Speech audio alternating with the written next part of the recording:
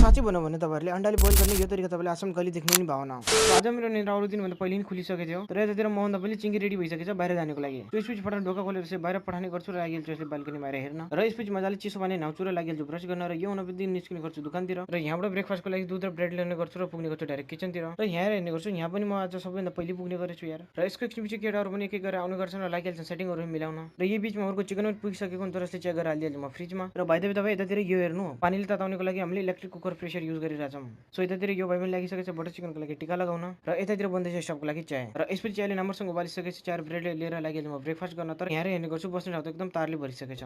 So यसपछि चार Bradley राख्ने गर्छु साइडमा, र लागिहाल्छु प्लेट बस्ने लायकको ठाउँ बनाउन, र यो हुन बित्तिकै लागिहाल्छु म फटाफट ब्रेकफास्ट गर्न। र यो बिचमा हाम्रो मार्केटिङ पनि आइसक्यो।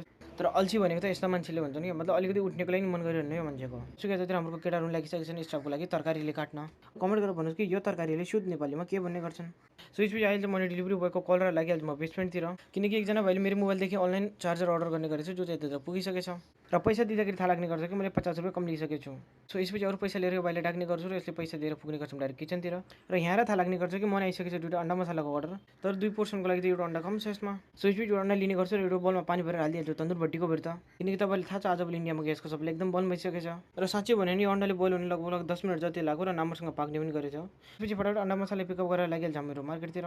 अब मार्केट त यसले गइरहेको छु किनकि आफ्नो मोबाइलको चार्जिङ जेक बनाउन गएको थियो, तर त्यहाँबाट मेरो स्पिकर बिग्रेर आइसकेको थियो, र आज मसँग हाम्रो रुममेट अनि अङ्कल पनि गरिरहनु भएको छ मसँग, किनकि उहाँले यो दोकानदेखि आफ्नो लाइटरको लागि फ्युल लग्ने थियो। र यहाँ पुगेर जब म यो मोबाइलको प्रब्लम भन्ने गर्छु त र भन्ने गर्छ कि यसको पुरा सिसी बोर्ड नै चेन्ज गर्नुपर्ने हो। सो अब यो कुरा सुनिसकेपछि अहिले चाहिँ हाम्रो गन्नाको जुस पिन। सो यस्तै गरेर आजको हाम्रो यो मिनी ब्लग पनि यतिमा खतम हुने गर्छ।